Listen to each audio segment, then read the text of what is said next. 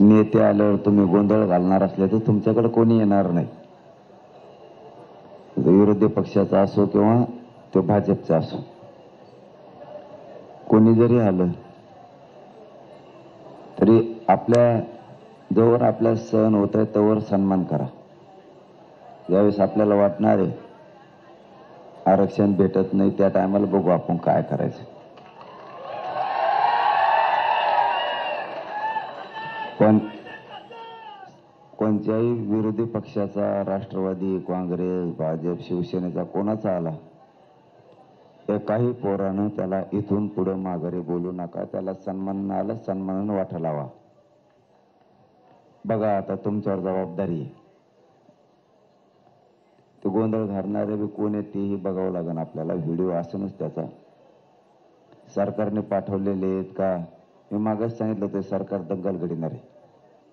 माझे पोर असं करत नाहीत. ते सरकारचेच असू शकतात, तेव्हाच ते असं करतात. म्हणजे त्यांना ते घडूनच आणायचं आहे. त्यामुळं पोरं थोडं सावध राहा. बाकी मी सगळं बघतो. मी यांची पाठपुराला पक्का आहे.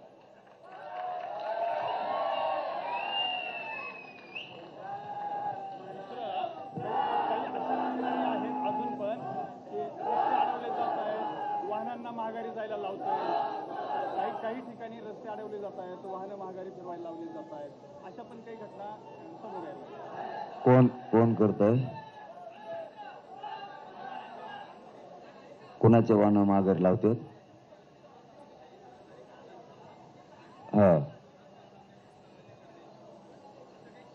नाही, पोरांना सांगणं आहे की रस्त्यात फक्त गाड्या लावू नका, तुम्ही मैदानावर लावा.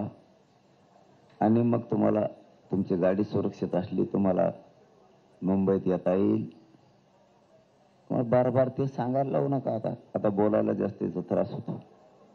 त्यामुळे सांगितलं तेवढं ध्यानात ठेवा. कायम सगळ्यांनी शांतता ठेवा. मोक्कर जाऊ नये हो, समुद्रात जाऊ नका. तिकडं समुद्रात एक बी गेलं नाही पाहिजे तिकडं. आता एखाद्याला लागन काय होईल. अजिबात मला तिकडे गेलेला माणूस दिसला नाही पाहिजे. आता पाण्यात आजूबाजूने पाहिलं ठीक आहे, परंतु पाण्यात मला एक बी माणूस गेलेला नाही पाहिजे. नाही तुम्ही तुमच्या घरी जा. इथं आपल्याला जिंकायचं, एक एक माणूस महत्वाचा आहे. त्यामुळे ते पाणी चांगलं नाही शरीरासाठी. ते खारं पाणी आहे, त्यामुळे त्यात उतरू नका.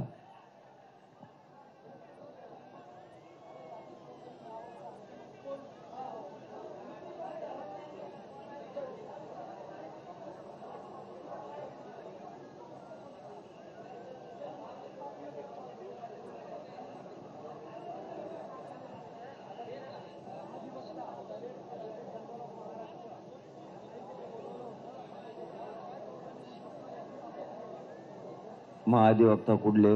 राज्याचे का? बर, नाही, तोडगा सोपं आहे. सरसकट शब्द तुम्ही लावूच नका ना. जर सुप्रीम कोर्टाचं आणि केंद्राचं म्हणणं आहे असं तुमचं म्हणणं आहे, उपसमितीची दोन कायला बडबड करता रे? इकडं काय चाललंय काय नाही, काय भिकार सारखे चालले तर तुमच्या अंगात.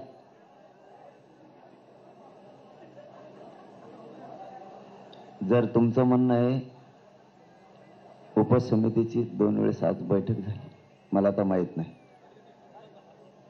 तर काय निर्णय आहे केंद्र सरकारचा का सुप्रीम? हा, तर सुप्रीम कोर्टाचा सरसकटला प्रॉब्लेम आहे असण्याचं कारण नाही. मला पर्याय दुसरा पण आहे. तुमच्याकडे 58 लाख नोंदीचा आधार आहे. त्याच आधारावरती मराठा आणि कुणबी एकी GR काढा म्हणतो आपण. त्याच्यावरच बैठक झाली ना आज. मराठा आणि कुणबी एकी याच्यावरच. हा, GR काढायला 58 लाख नोंदीचा आधार आहे. ज्या मराठ्यांच्या कुणबी नोंदी सापडलेल्या आणि ज्या मराठ्यांच्या सापडलेल्या नाहीत त्यांची पोटजात उपजात म्हणून आपण आरक्षण घ्या सरसकट शब्द वापरूच नका ना.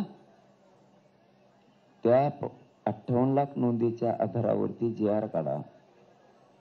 अध्यादेश काढा की मराठा कुणबी ही पोटजात उपजात आहे. तोच कायद्याचा 2012चा रूल सांगतो. 1967 पासून 2001, 2000 आणि त्याच्यानंतर 2012च्या कायद्यानं ओबीसी आरक्षण मजबूत केलं. म्हणजे तुम्ही व्हॅलिड होताय 2012च्या कायद्यानं. तुम्हाला व्हॅलिड करायचं असेल, तुम्हाला ओबीसी आरक्षण द्यायचं असेल आणि तुमच्याकडे जर आधार असेल, महत्वाचे 4ही मुद्दे सांगितले कारण प्रश्न महत्वाचा होता म्हणून सांगितलं. व्हॅलिड करायला आणि तुम्हाला पोटजात उपजात म्हणून आत घ्यायला 2012च्या कायद्यानुसार 58 लाख नोंदीच्या शिंदे समितीच्या अहवालावरती मराठा आणि कुणबी पोटजात उपजात म्हणून आत घ्या. ज्याला घ्यायचं ते घेईन, ज्याला नाही घ्यायचं ते घेईल. सरसकट म्हणायची गरज नाही.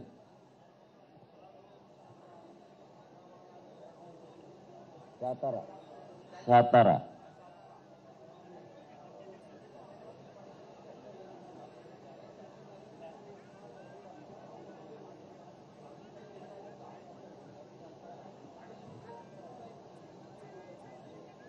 हे बघा, आम्ही तुमच्या म्हणण्यानुसार आम्ही अभ्यासकांशी फक्त चर्चा केली.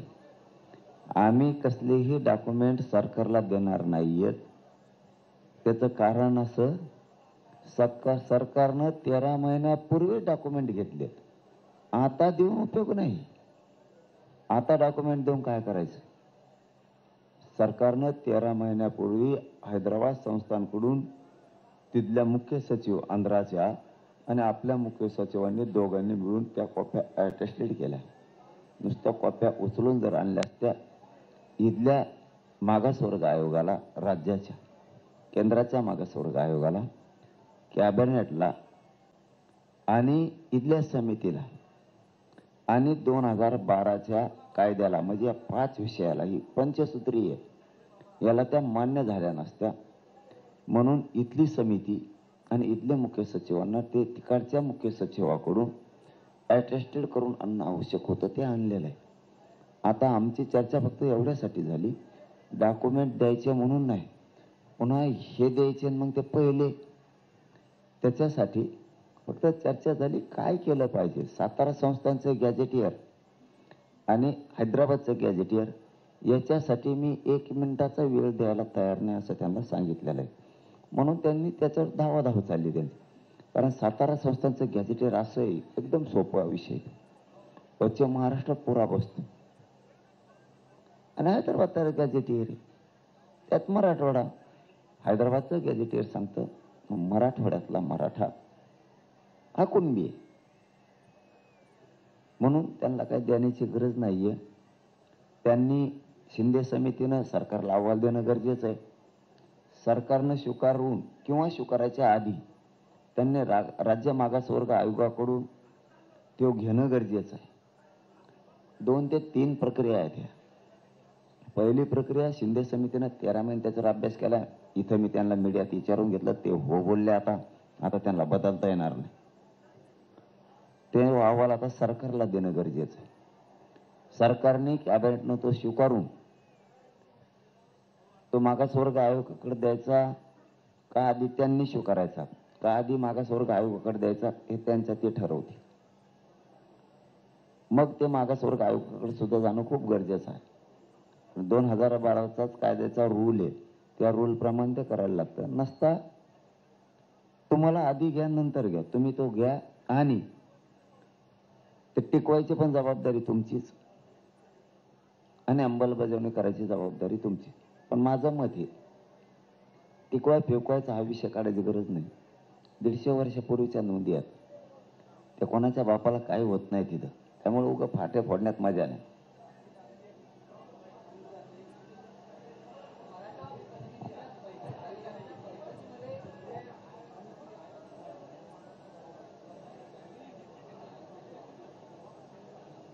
कुणी केलं पाहिजे?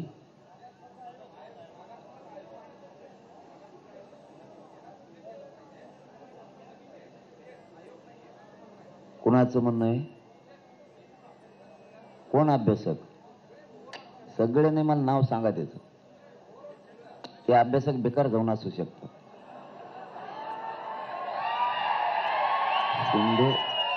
शिंदे समितीचं मी सांगतो फोडून तुम्हाला. आम्ही खेड्यातलेत पण अक्कल आहेत म्हणून तर एवढा लढा लढतो ना हो.